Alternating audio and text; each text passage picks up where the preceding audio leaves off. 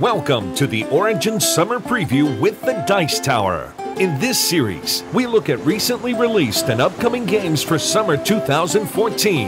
And now, recorded live at Origins 2014, here's your host, Sam Healy. And welcome back to the Summer Previews. I'm Sam Healy. I'm here with Giancarlo from Asmodee Games, and he's going to show us World of Tanks Rush. Yes, World of Tanks Rush is a deck building game.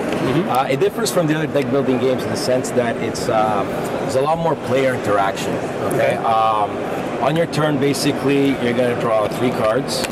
Okay, and you play your 3 cards. In this case, I drew 3 resources, and with the resources, I can go and buy a tank from the reserve. The cost of the tanks are all here, and you can only buy 1 tank per turn unless you have a special ability in some of the cards, which I'll explain a little later. So the other thing that might affect my decision here is the goals over here. Okay, these are the achievements.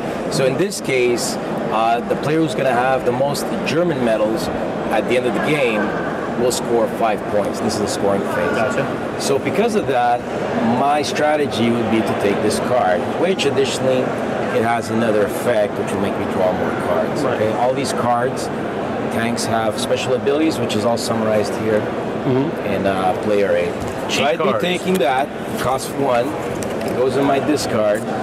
Now this last card goes away, and we replenish with 2 new cards.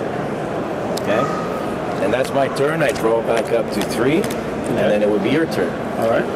Now, the other way that World of Tank differs is that each player has 3 bases. All right? The 3 bases, once captured, will give you 3 victory points as well. Okay?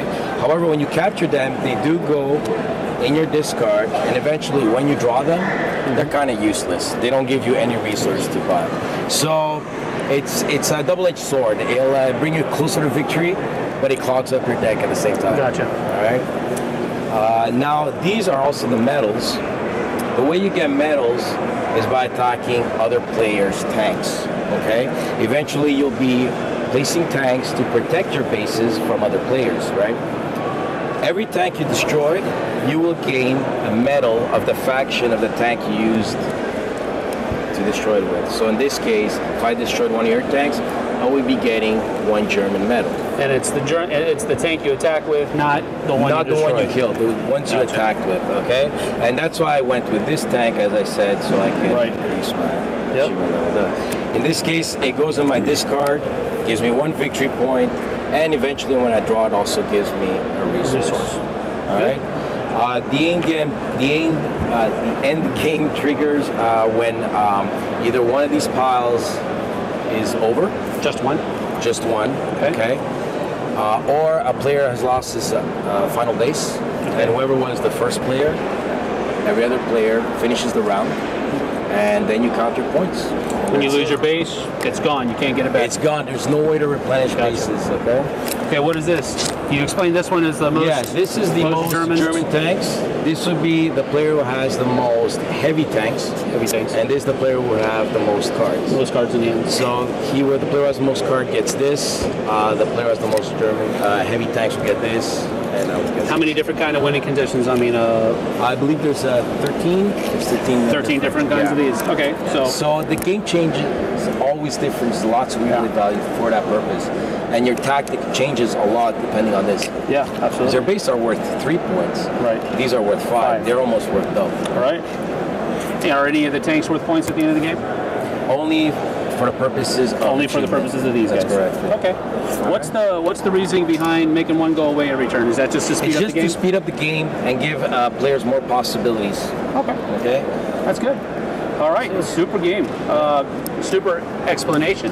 I really think this is better than the first time. It is. It is. What they fixed in this version is that now the medals actually give you resource. It doesn't slow down the game as much. When you do attack, you can now attack with only 1 tank. Instead of having 2. Instead of having 2. And if you do attack with 2 tanks, however, they still have to be at the same faction.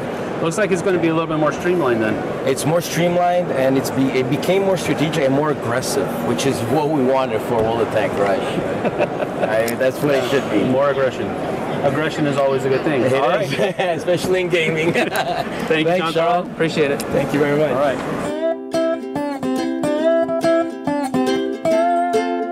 Thank you for joining us today. We hope you join us for the rest of our summer preview videos. We'd like to thank Gamma and Origins for making these videos possible. And we hope that all of you have fun gaming. See you next time.